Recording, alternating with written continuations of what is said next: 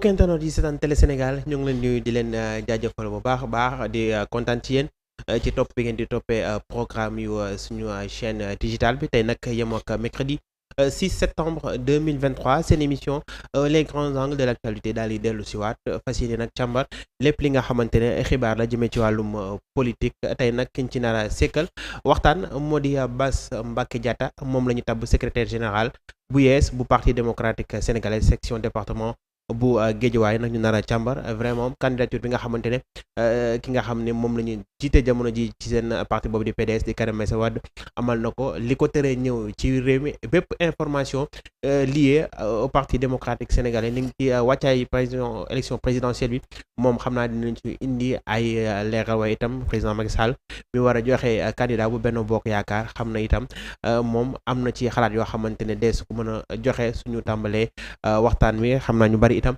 xamee nañ ko ndax am na ay jamono amoon na sortie médiatique am solo yi nga xamante ne daan na ko def dama koy nuyu Diatta maa ngi lay nuyu di la ziar. jërëjëf Jérôme maa ngi lay ziar di la bëggee bu baax a baax di bëggee say auditeurs yëpp. di bëggee képp ku ñuy seetaan.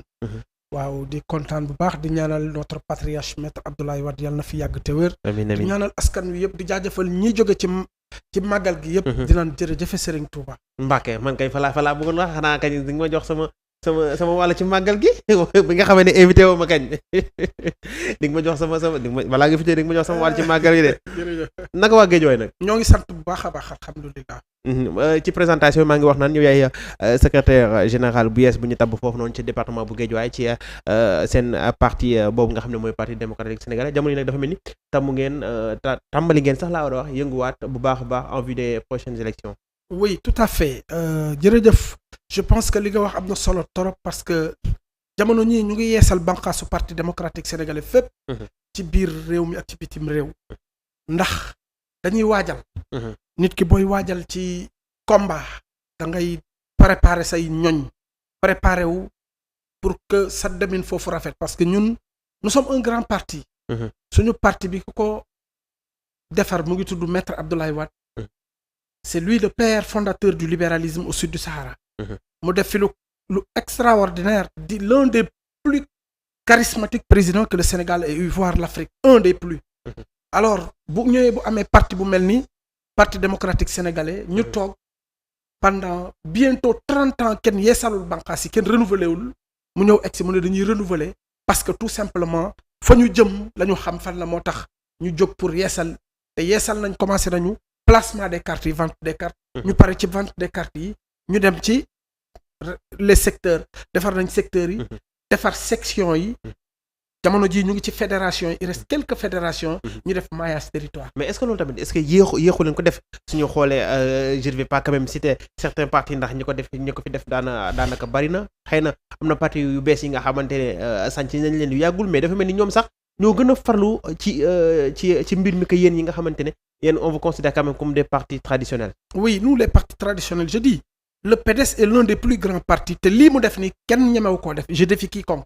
benn parti ñemewul def lii ñuy def nii à quelques encablures des élections ñuy yeesal bànqaas yi kenn du ko ñemee def parce que tout simplement c'est des moments de trouble c'est des moments de risque mais aussi c'est des moments d'animation du parti ça dépend du management qu'on a fait ñun nag au PDS ci Abdoulaye Wade la ñu nampé sa façon de faire évidemment la wolof naan la butéel ba def la saaj bay xeeñ ñun tout simplement on s'inspire de maître Abdoulaye Wade moo tax ñu suub lii ñenn ñi dinaan non baaxul kërti il fallait qu'on le fasse Jérôme pourquoi parti démocratique sénégalais dafa am ay transhumants dem nañu seen yoon am na ñoo xam ne dañoo génne àddina mais est-ce que yéen am na ñoo xam ne liggéeyatuñu est-ce que yéen tamit du parti bi nu mu tëddee woon moo tax transhumants yooyu ngay wax gars yi récupérer leen parce que mën nañ jàpp sax ne mercato politique la te jamono ji sax ci mercato politique la ñu nekk gars yi dañ leen di recruter ku ci nekk da ngay xool poids électoral bi nga xamante ne moom lay représenter ceux qui sont partis à l'exception bi mën naa wax de maître Madické Niang ñi ci des ñëpp dañoo génn mbootaay dem dugg mbootaay donc loolu est-ce que du transfert sax di gars yi da wax mercato bi nga xamante ne jot nañ ko def ci parti démocratique sénégalais jël fa ay leaders yi nga xamante ne quoi qu'on puisse dire quand même pesé woon nañ ci biir parti bi. pourquoi maître serait une exception ñoom ñëpp on les met dans le même sac dama ne on les respecte de par leur leader mais c'est des poids plumes dans le PDS boo demee da ngay dem tu vas seul PDS dafa mel ni garabu banaana bu màggee ba nga witti ko beneen meññee fay génn. mais kon yow da nga bëgg a wax ne maître Madické Niang poids plume la da nga bëgg a wax ñoom Omar Sarr poids plume lañ ñoom quand même Bara Gaye or ñoom ay poids plus lem Toussaint Manga mi quitté récemment dem kon nga bëgg a considérer ñooñu ñëpp nga xamante ne amoon nañ ay ndombol tànk ñeneen ñi nekkoon ay ministres que des poids plumes. déggoo ma de dama ne ils peuvent être lourds dans le PDS mais dès que tu quittes le PDS tu pars seul loolu laa la wax. PDS la fa nekk moo fa nekk bastion politique baa ngi fii c'est un parti traditionnel qui a ses militants jusqu'à présent booy dem yow kese dem maintenant nous ne voudrions pas que les gens partent et on invite à ce que tout le monde revienne au bercail pour que nous puissions élire Karim Wade. Alors yeesal gi ñuy def il faut que ñu yeesal ko parce que am na ñu génn àddina ñii dañoo transhumé ñii dañoo baax ñii ils sont dans le laxisme toog seetaan puusuñu paasuñu. Maintenant il y a une nouvelle génération qui germe. Une génération qu'on appelle les karimistes, une génération qu'on appelle les sympathisants. Donc face à cette vague déferlante qui converge vers le PDS, il faut ouvrir les vannes du PDS pour que les gens adhèrent. Alors loolu la ñu def nii moo tax un peu partout tu vois une émulation gars yi di xëccoo ñi di attaquer ñi di parce qu'ils veulent exister. Nous autres je prends l'exemple de moi duma dem fu sori. né grandi dans le PDS des PDS de lait.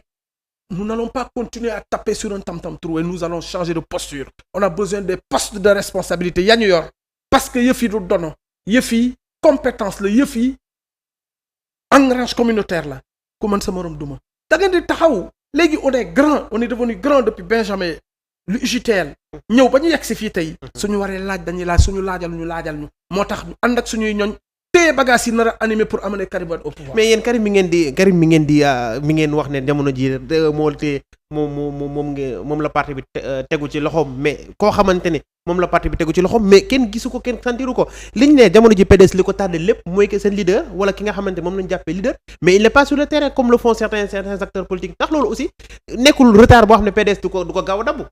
mais Jérôme yow sénégalais xam nga li fi xewoon. bu baax Karim Wade lu ko génnee Sénégal xam nga ko. il n'est pas sorti de son propre. mais kañ ku bëgg xeex kañ wala kuy yóotu dara mais da ngay nangoo jël risque non. loolu la sénégalais di wax. waaw déglu ma il a été exilé. Karim Wade dañ ko jàpp fii. ñu am une cible de 25 dignitaires du PDS. ñu ne ñoom ñëpp dañ leen di boole ci traque des biens mal acquis. ñu seppi ko ci moom yóbbu ko justice jugé que par une justice peu crédible, une justice inconcevable et un tribunal qui s'appelle la CREI. ñu jugé ko ci moom kese la. changé nañ ko mais foofu yow fa nekk ci boobu lañ ko jugé. on parle de l'histoire. ci foofu lañ ko jugé. ñu jugé ko condamné ko.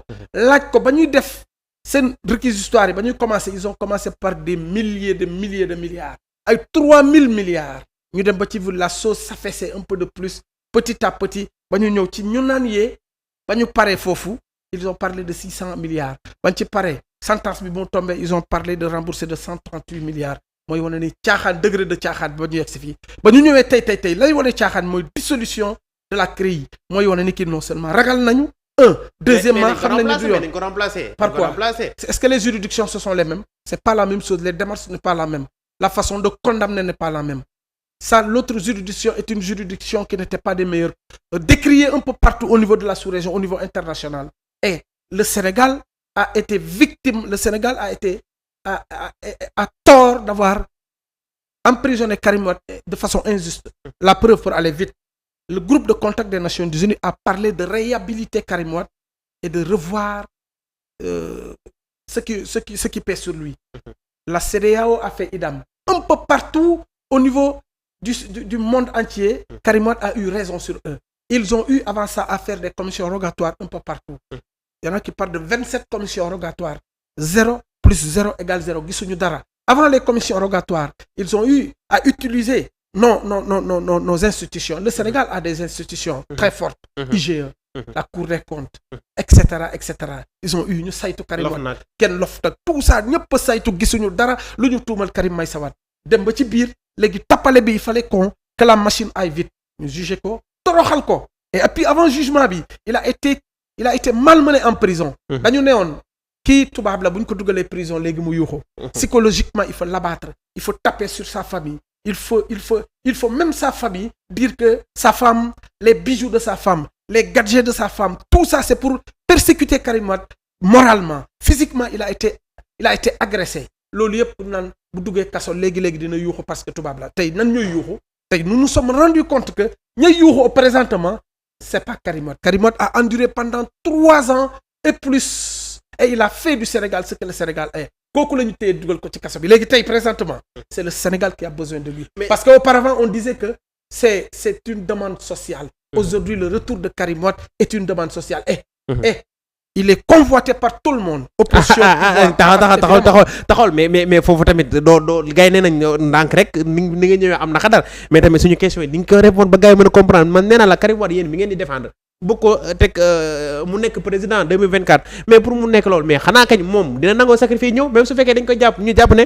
Karim def na acte héroïque nangu naa affronter président Macky Sall sur le terrain politique sur le champ politique. ba gars yi xam ne kii nii mat na njiitu réew. dama ni amul sacrifice pour ñëw Sénégal seul sacrifice bu ñu bëgg a tudd mooy mu bàyyi bëgg-bëggam parce que il est sur la bonne pente. Karim Wade bu toogoon au niveau du Qatar il est en train de gérer des dossiers au niveau de l'Afrique il l'utilise très bon sacrifice boobu peut-être mais c'est pas parce qu'il a peur wala il a fait quelque chose il n'a pas fait quelque chose il a été blanchi et par l'État et par la population sénégalaise day ñëw. C'est le moment qui n'est pas opportun sénégalais yi nag. mais yow à 6 mois de la présidence ce n'est pas le moment opportun. léegi nag man waxatuma ak yow sénégalais yi laay waxal ci bët dama ni. nous sommes en train de dañuy yeesal suñu bànqaas yi dañuy defaraat PDS. suñu paree section yi secteurs yi fédération yi on part vers un bureau politique bu paree on part vers un secrétariat.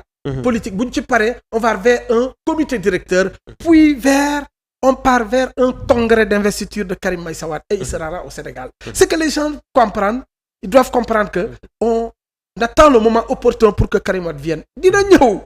yàkkamti jarta yàkkamti ba kay mais ñun dañoo yàkkamti parce que tey soo xoolee champ politique bi daanaka dafa langue gi pëcc xoo na candidature yi ñi déclaré su ma juumul on va bientôt atteindre la barre des 100 candidats déclarés jamono ji nag ñeneen ñi ñoo ngi commencé am doole ñeneen ñi seen doole moo ngi wàññeeku ñeneen ñi sax disparaître nañ ci champ politique mais nañ ko wax ne parce que loolu am léegi Karim Wade mi nga xamante ne yéen jàpp ngeen ne Karim musul dem élection déjà loolu benn la élection bi mu mujj dem da ko ñàkk mooy élection locale yi bi mu bëggee nekk maire Dakar da ko ñàkk loolu moom histoire politique la fee yaa ngi fi léegi nag entre temps Karim quoi qu'on puisse dire am na loo xam ne représenté na ko puisque papam mi nga xamante ne mu nekkoon numéro PDS dem na moom moo fi des am na ñoo xamante ne ils ont envie quand même de voir Karim parce que nee nañ ku mën liggéey la et tout ça mais pourquoi pas moom ñëw def sacrifice don de soi comme ni koy certains acteurs politiques defee ba am ni ñu am jamono ci pourquoi Karim mënul jël risque boobu noonu. il n'a pas fait un don de soi parce que y a rien l'attend de contraignant rien il est blanc comme neige. mais loolu tax du ñëw. waaw dégg doucement maa ngi la koy wax mais dégluwoo ma ne la organisation la ñuy def on va vers ça. mais organisation ndax yéexul tamit bas. non yéexul il faut battre le fer quand il est chaud. mais est-ce que du froid. d'autres il y aura pas du froid. yow gisoo sama tàngoor yow yaa ne damaa duggee tàngoor yow yaa constaté loolu ni que on est chaud ñu. nous sommes des produits de maître Abdoulaye Wade ñun la politique c'est de l'art. il faut faire la politique avec raison. du xët-xët. ñun nag foofu la ñu jàngee. foofu la ñu màggee suñu aayul dootuñu aay waxuma dama aay nag waaye mun naa ko aay ndax Abdoulaye Wade gis nga les gens disent que il y a 100 qui concourent pour être président de la République il y a que du théâtre les candidats sérieux les candidats sérieux au Sénégal soo leen limee du ñu wees 5 personnes yu sérieux déet waay man déclaré yi mën naa la ci limal 10 yoo xam ne mën nañu yu sérieux yoo xam ne dañu war a jël Sénégal Sénégal fi mu toll nii. mais lan nga bëgg wax sérieux ko wax kay sérieux mais parce que ma ne crédible ma ne la peut-être mais sérieux mais acteurs politiques yi li ñu ci bari actuellement ils sont sérieux. Qui dit sérieux dit crédible. Qui dit crédible parle de la représentativité de la personne. Ousmane Sonko. Qui dit sérieux non Ousmane Sonko n'est plus candidat jusqu'à présent. Idrissa Seck man ngay wax. mel na mi. moom nga def pour.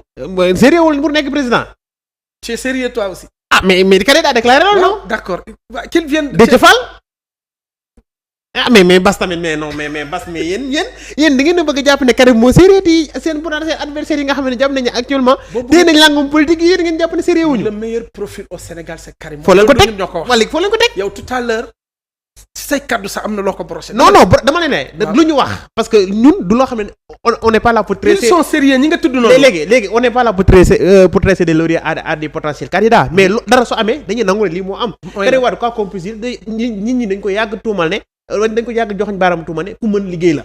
waaw ku mën liggéey la donc loolu dañ ko koy nangul. même su fekkee carrément am na ñoo xam ne bëgg nañ ko vérifier ci actes yooyu nga xam ne ci la nekkee ndax nekk naar ga di def ay profit loolu c'est pour eux mais nag ñi nga xam ne ñoo ne ay jeunes bëgg ngeen convaincre leen ci projet Karim mais dañuy xaar Karim ñëw def li gars yi def. xanaa di nga ko tëb nag loolu wax nga ko waxati ko ñetti yoon. mais dama bëgg Karim ñëw def li gars yi def. tontu naa ci ba pare. déet mais yow kañ tontu da nga posé question. zéro mais Bas tamit Bas. zéro Sénégal yi dañuy xaar Karim na ñëw. zéro xanaa cere nga añee tey. man añu dama ko sax lekk faf séeréer bu du lekk cere. waaw ci man nga koy gisee. moo tax ngay wax li ngay wax déglu ma wax la. le Sénégal a besoin de